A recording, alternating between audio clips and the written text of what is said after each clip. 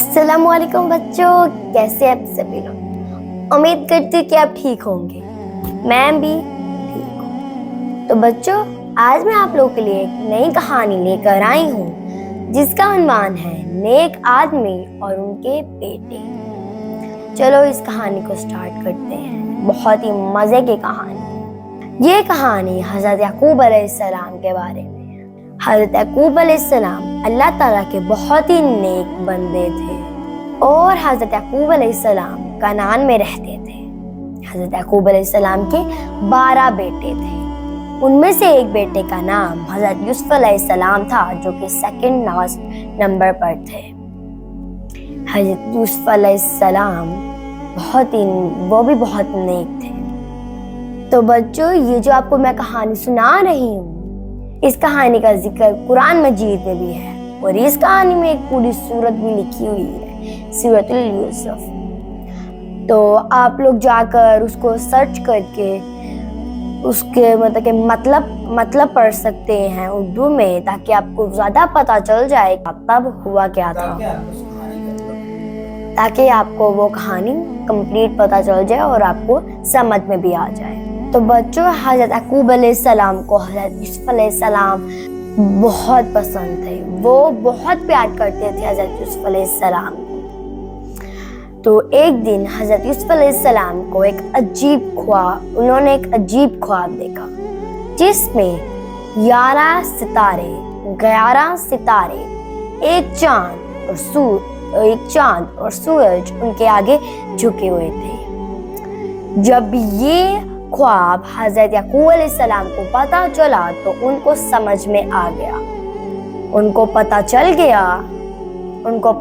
गया कि ये हजरत यूसुफ अलैहिस्सलाम के बारे में है और अल्लाह ताला ने हजरत यूसुफ अलैहिस्सलाम को बहुत ही अजीम काम के लिए ये ख्वाब दिखाया है। जो हजरत यूसुफ अलैहिस्सलाम थे, उनकी वो सेकंड लास्ट नंबर में थे ना, तो जो उनसे भरे 10 भाई थे ना, वो बहुत जेलिस थे। वो हसद करने लगे हजरत यूसुफ अलैहिस्सलाम से, क्योंकि हजरत याकूब अलैहिस्सलाम हजरत यूसुफ अलैहिस्सलाम से बहुत प्यार करते थे। तो वो हसद करने लगे कि हमारे पापा को तो यूसुफ अलैहिस्सलाम बहुत अच्छे लगते हैं, हम क्यों नहीं इतने अच्छे लगते। तो एक दिन उन्होंने एक प्लान बनाया। वो लोग उन्होंने अपने पापा को कहा कि हम ना बहाना किया कि हम ऐसे ही कहीं जा रहे हैं। तो उन्होंने कहा ठीक है, चले जाओ।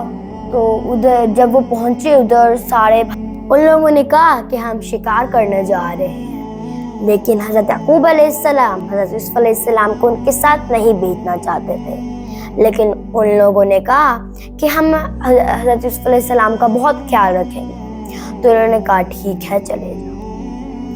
तो वो जब जा रहे थे तो उन लोगों ने हजरत यूसुफ अलैहिस्सलाम को नीचे बैठाया, उनको पीछे से बांध दिया उनके हाथ और उनको घसीटते हुए कुएं के अंदर फेंक दिया। वो बहुत जोर से आवाज के साथ कुएं में एक खुश्क जगह पर जाकर गिर गए। मतलब कि कुआं पूरा खुश्क था। एक तरफ उनके अजीज वालिद इतने गमज़दा थे, तो वहां हजरत यूसुफ अलैहिस्सलाम 3 रातों तक उस कुएं की गहराई में पड़े रहे।